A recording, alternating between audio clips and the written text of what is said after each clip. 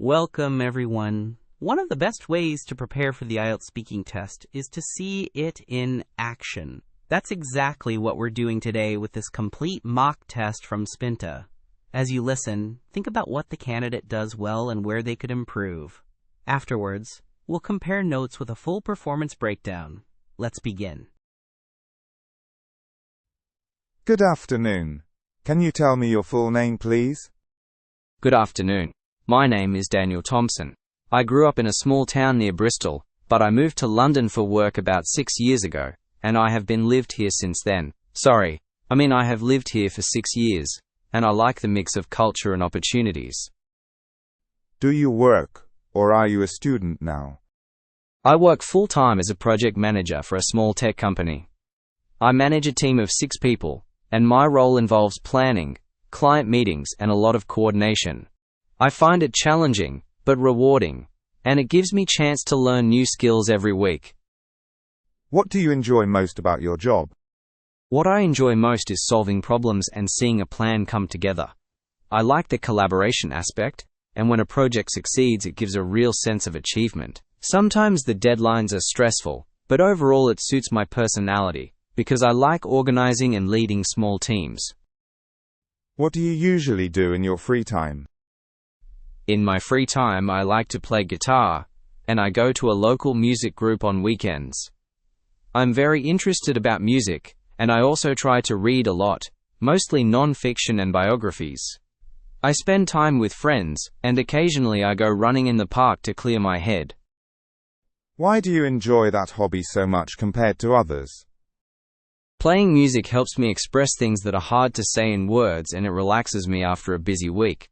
Also, being in a group teaches listening and patience, which helps at work. I suppose it is both social and personal, so it fits different parts of my life. Can you describe the place where you currently live?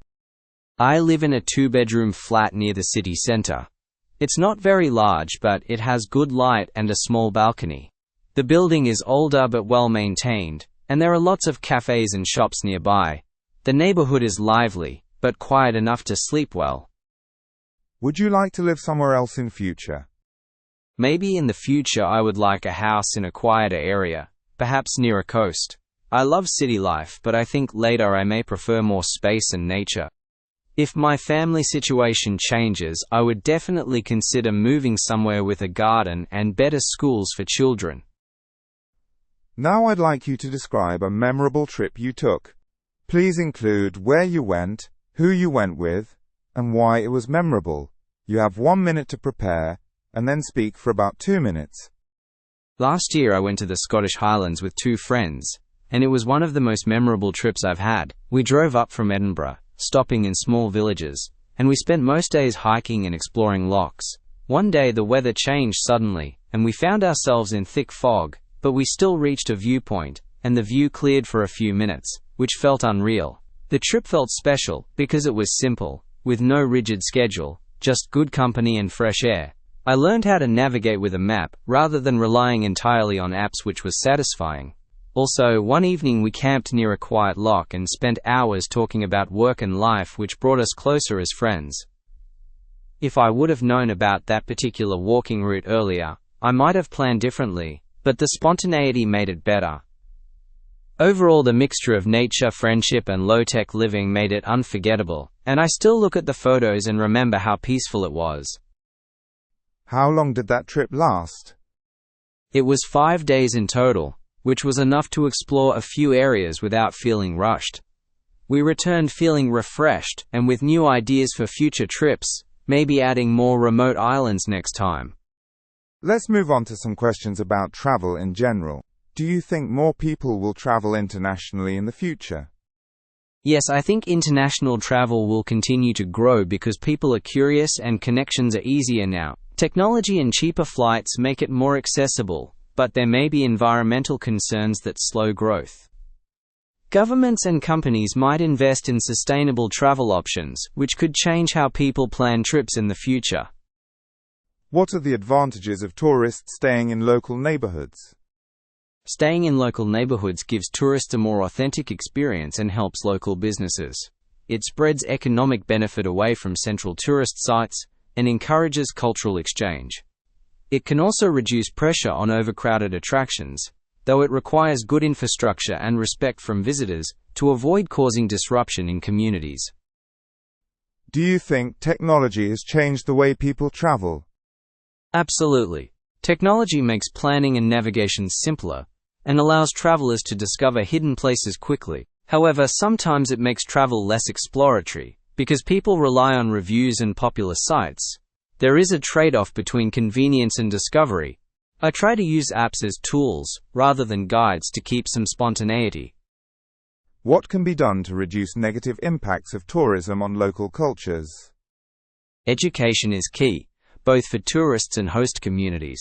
Tourists should be informed about customs and respectful behaviors, and local authorities can manage visitor numbers and promote culturally sensitive activities. Encouraging homestays or locally run tours helps communities benefit economically and preserves traditions.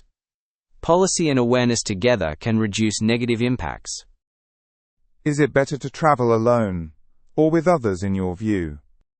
Both have merits. Traveling with others gives companionship and shared memories, while solo travel offers independence and personal growth. I prefer small group trips with close friends because it combines freedom with company. But I also value occasional solo trips to reflect and challenge myself. Thank you. That is the end of the speaking test. Thank you very much. The candidate demonstrated Band 7 level performance with some features of Band 7.5. Specific errors included saying, "I have been lived here for 6 years" instead of "I have lived here for 6 years," saying "I'm very interested about music" instead of "I'm very interested in music," and using "if I would have known I would went there" rather than "if I had known I would have gone there." These errors appeared occasionally across the test and did not prevent understanding, though they showed up in complex grammatical structures and prepositions. Fluency was good with natural flow, minor hesitations, and occasional self-corrections. Vocabulary was wide and appropriate, with some imprecision and less common topics. Grammatically, the candidate handled most simple and complex sentences well, but made slips with conditionals and perfect forms. This performance merits Band 7.5 because communication was clear, ideas were developed coherently, and a good range of language was used, but the recurring small grammatical inaccuracies and occasional imprecise word choice prevented a higher band.